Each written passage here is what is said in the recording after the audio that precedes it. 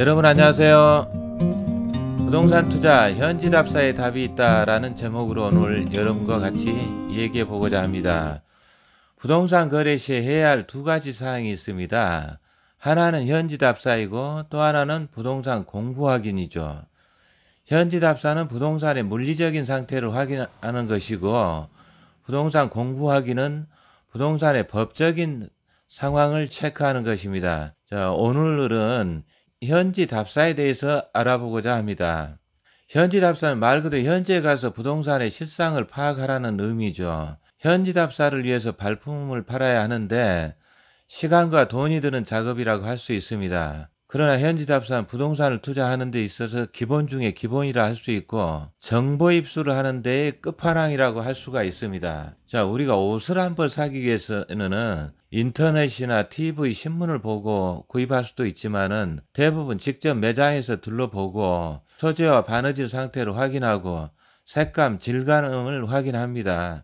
그 거울에 비춰보고 나에게 어울리는가 또 사이즈는 맞는가를 체크하죠. 고고학자나 역사학자들도 유적지나 유물을 찾아 현장을 찾아가는 것을 현지답사라고 합니다.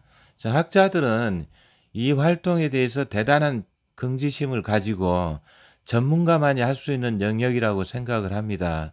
그만큼 중요한 작업이기 때문입니다. 부동산도 마찬가지입니다. 부동산에 있어서 대단히 중요한 활동이죠. 자, 매수자 입장이라면 더더욱 현지답사를 해야 합니다. 그럼 현지답사는 꼭 돈이 있는 사람만 해야 하느냐? 그렇지는 않아요. 특정 지역에 개발 계획이 발표되거나 정책 변화가 있어서 거래 속도가 빨라지고 가격이 급등할 때에는 돈이 있는 사람도 그 지역을 모르는 경우에는 빠른 투자 판단을 할 수가 없어요.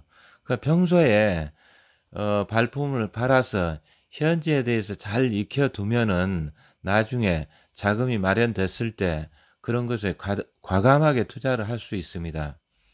자, 저 같은 경우에 용산 개발 계획이 발표된 시기에 용산에 좀 뭔가 조그만 걸 투자를 해보려고 했습니다. 그 네이버 부동산을 뒤지던 중에 적당한 게 있더라고요. 그렇지만 이제 그때 당시에는 용산의 가치를 잘 모르던 시기이고 구체적으로 지역 사정에 박지를 못했습니다. 그런데 이제 자세히는 잘 모르지만은 점 찍어뒀던 물건이 상대적으로 좀 싸 보였어요. 그래서 중개사를 찾아서 설명을 들어보니까 또 정말 싼 것 같아요. 그렇지만 이제 결정적으로 이게 용산의 아파트가 서울 일반 아파트에 비해서 가격이 매우 높은 수준이었습니다. 확신이 서질 않은 거예요. 그래서 이틀 정도 더 시장 조사를 해보고 이제 최종적으로 결정을 내렸는데, 그때 이제 중개사를 다시 찾아갔을 때는 이미 전날 거래가 끝나버렸습니다. 자, 최상의 것이 그 눈앞에서 날아가 버리니까 차선의 것은 들어오질 않습니다. 그 뒤로 조금 더 조사해 보긴 했지만 결국 용산에 투자하는 건 실패로 끝나고 말았습니다. 평소에 관심을 가지고 발품을 팔았더라면은 결정이 빨랐을 것이고 아쉬움이 없었을 텐데 하는 생각이 듭니다. 그래서 평소에 그 발품을 파는 자세, 이것은 돈을 버는 지름길이라고 할 수가 있습니다. 자, 그런데 이제 매도자는 일반적으로 발품을 팔지 않아요. 왜냐하면 자기 물건에 대해서 물건을 가진 사람이 가장 잘 알고 있기 때문이죠. 성경에 재물이 있는 곳에 마음도가 있다고 합니다. 자기 물건에 대한 관심은 그 누구보다 클 수밖에 없고 지역이라든지 주변 개발 계획에 대한 정보는 빠를 수밖에 없고 가장 많이 알고 있습니다. 자기 물건에 대한 핸디캡도 누구보다 더 잘 알고 있죠. 자, 토지 중에서 어느 정도가 도로에 편입되어 있는지, 소음이나 냄새나 밤낮이나 계절 변화에 따라서 기온차, 일조량의 변화 등을 누구보다 더 잘 알고 있죠. 그래서 일반적으로 매도자가 매수자보다는 정보를 많이 가지고 있다, 이렇게 볼 수 있습니다. 그래서 특히 매수자의 경우에는 현지답사를 많이 해야 합니다. 이제 우스갯소리로 그런 얘기가 있어요. 개발 계획을 믿고 이제 급하게 가보지도 않고 해안가 전망 좋은 곳이라 해서 토지를 매입했는데 가보니 밀물이 들었는데 바다였다 하는 그 웃지 못할 얘기가 있습니다. 제가 배운 그 공법상으로는 좀 이해하기는 어려운데 아마도 뭐 있었던 얘기인가 보죠. 자, 2018년도 9월 달에 한반도 평화협정이 체결되고 아주 남북 간의 분위기가 좋았죠. 두 정상이 도보다리를 걷고 뭐 벤치에 앉아가지고 마치 친형제처럼 진지한 얘기를 주고받을 때 물론 정신적으로 남북이 드디어 통일되는구나 하는 그런 감격 때문에 저도 눈시울이 뜨거웠습니다. 그러면서 이제 다른 한편으로는 야, 이제 파주 땅값이 많이 오르겠구나 이런 생각을 했었습니다. 통일 대박이라고 했던 박근혜 대통령의 말이 현실화되는가 이렇게 생각을 했죠. 한 달 뒤에 이제 주말에 아내하고 강화도 성모도를 갔습니다. 보문사 경치도 들러보고 또 강화도 하면 밴댕이회가 유명하잖아요. 그래서 밴댕이회도 한 접시 먹고 이제 돌아오는데 김포 근처에 와 남북 평화시대 땅 투자하고 뭐 굉장히 크게 플랜카드가 써져 있더라고요. 제가 이제 부동산을 하잖아요. 그러니까 직업의식이 발휘돼 가지고 그냥 통과하지를 못해 유턴 해가지고 중개사를 찾아가 봤습니다. 중개사가 이제 한강변 가까운 그 공장, 주택지, 논밭을 소개하면서 거래가 많이 됐다고 하더라고요. 이제 그러면서 파주 같은 경우는 심지어 가보지 않고 네이버 지도 보고 몇백이나 몇천 평 되는 그 땅이 몇 주 사이에 수백 건 거래가 됐다고 하더라고요. 자, 그런데 시간 좀 흘렀죠. 그때 당시에 그 투기 대상이 된 땅은 지금 어떻게 됐을까요? 설마 그 사람들이 농사 지려고 진 땅은 아니겠죠. 통일되려면 아직도 멀었고 통일될지도 안 될지도 모르는 상황이고 한데 그 땅이 지금은 어떻게 이용이 되고 있을까? 그 본래 목적도를 사용하지도 못하고 대단히 효율성으로 낮고 순전히 그 투자 목적으로 산 땅이라서 뭐 수익성도 없고 아마 방치되지 않았을까 이렇게 생각이 됩니다. 뭐 그런데 건물이나 뭐 주택이나 이렇게 짓는 게 용이하겠어요? 법상 지을 수 있다래도 현실적으로 들어가 살기는 어려운 형태이지 않을까 그렇게 생각이 됩니다. 그 김포도 거래가 많이 됐다 그래서 300만 원짜리 대지를 하나 소개받았습니다. 자, 지도를 보니까 한강이 가깝고 그래서 야, 이거 한강 조망이 가능하고 넓은 들판이 앞으로 쫙 펼쳐 있어서 나름 괜찮겠구나 하는 생각이 들어서 현장 답사를 해봤습니다. 근데 현장 답사를 해보니까 달라요. 내 생각하고는 많이 달랐습니다.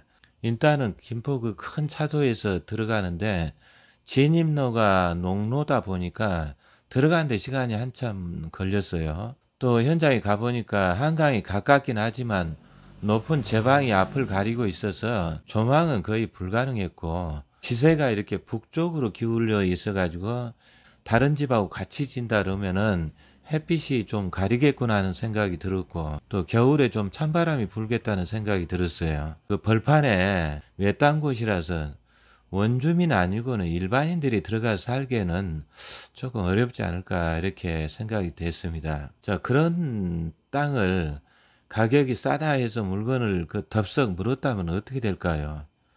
상당히 그 애를 먹었겠죠. 그래서 그 현지 답사는 아무리 중요성을 강조해도 지나치지가 않습니다. 다음은 현지 답사 시에 반드시 체크해야 할 사항에 대해서 말씀드리겠습니다. 교과서적으로 뭐 훌륭한 이론도 많이 있겠지만은 제가 이제 부동산 업무를 하면서 실제로 경험했던 것에 기반해서 말씀을 한 10가지 정도 드리겠습니다.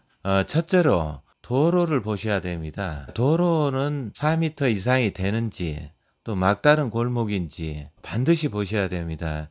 이거는 나중에 이제 말씀드리겠지만은 건축법하고 직접적으로 영향이 있습니다.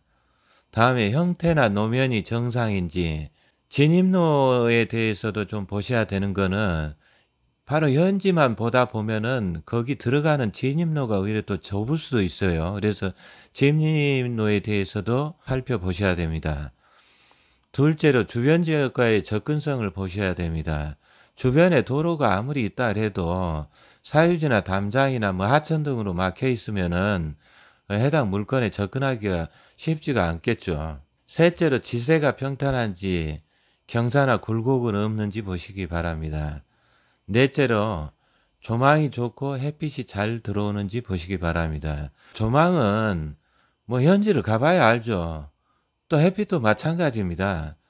낮 시간대, 뭐 아침 시간대, 저녁 시간대 자세히 관찰을 해봐야 여기에 햇빛이 잘 들어오는구나 여기서 알 수 있지 않겠어요?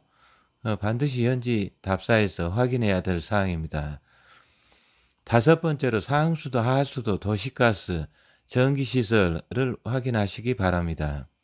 일반적으로 도시에는 기본적으로 들어와 있기 때문에 이 시설은 대부분 되어 있습니다. 그러나 이제 조금 도시를 벗어나서 다른데 땅을 산다고 했을 때 자세히 체크해야 될 그럴 사항입니다. 여섯 번째로 주변 환경을 보시기 바랍니다. 자, 교육적으로 문제가 없는지, 그다음에 혐오시설이 있지 않은지, 또 소음이나 냄새나 매연이 있지 않은지, 그 다음에 지역 내 주민들의 생활 수준과 또 그 구성원들이 어떤지 보시기 바랍니다. 이런 사항들은 부동산 가격에 굉장히 중요한 영향을 미칩니다. 일곱 번째로 철탑이나 전봇대, 높은 담장이나 언덕, 고가도로는 없는지 보시기 바랍니다. 간혹 이제 전원주택 좋은데 이렇게 조용한 데서 살기 위해서 토지를 매입하는 경우가 있는데 거기에 고속도로가 지나가요. 그러면은 적당한 거리에 고속도로 지나가는 건 뭐 특별히 문제될 건 없는데 고속도로가 고가도로로 설계가 되거나 아니면은 거기를 흙을 돋아서 새로 언덕을 만든 형태로 해서 높게 고가도로 형태의 도로를 만들어진다든지 했을 때는 땅에 치명적인 영향을 미치죠. 여덟 번째로 상가의 경우 상권이 제대로 형성되어 있는지 보시기 바랍니다. 현재 가게가 잘 운영되고 있는지, 건물 용도대로 사용되고 있는지 보시기 바랍니다. 예를 들어 그런 경우가 있어요. 상가 건물인데 1층만 상가고 2층 이상은 주택이 들어가 있는 경우가 많습니다. 그 경우는 그 지역이 상가로서는 큰 의미가 없다는 얘기예요. 2층 이상 잘 된다고 그러면은 상가가 잘 활성화가 돼 있다면 당연히 2층 이상도 상가나 유사한 형태의 업무용 시설로 이용이 되고 있겠죠. 안 되니까 주택이 들어간 거죠. 아홉 번째로 주변 편의시설을 보시기 바랍니다. 학교, 유치원, 학원 등의 교육시설이 있는지, 공공기관, 도서관, 문화시설, 백화점, 슈퍼, 병원 등이 있는지 보시기 바랍니다. 이런 시설들은 생활하는 데 불가피한 시설이고 이런 시설이 있음으로 해서 토지나 주택의 가격이 올라갈 소지가 있습니다. 열 번째 마지막으로 건물 자체를 보시기 바랍니다. 자, 건물의 외관은 괜찮은지 건물 형태가 용도에 맞게 지어져 있는지 확인하시기 바랍니다. 예를 들어 상가의 경우 입구에 높은 계단이 있을 때는 접근성이 현저히 떨어집니다.